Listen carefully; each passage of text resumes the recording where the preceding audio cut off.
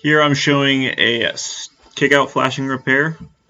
I'm working through removing the old kick-out flashing at first. This one was really stuck under the siding, so it took a lot of work to get this guy out. Of course, I pulled all the nails in the shingle below and the shingle above in preparation. Here I am installing my first new kick-out flashing. This one goes underneath and it was straight through to the gutter.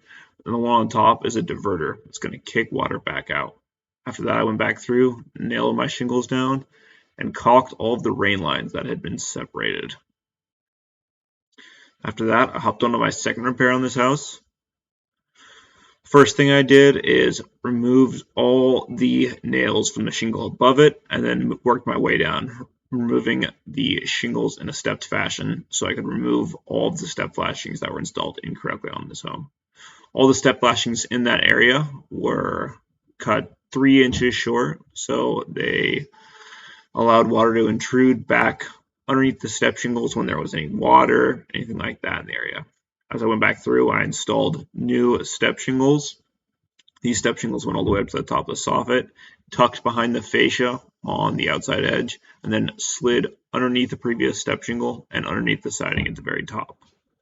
Here I am doing the exact same repair on the other side. They had similar problems on both sides of the house. I'm sure it was the same installer who kind of, not to be rude, but took a couple little shortcuts in there.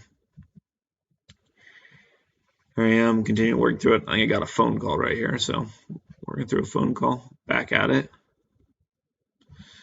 Installing the new step shingles, tucking them all the way through, and getting this area all fixed up for the homeowner. Thanks. Bye.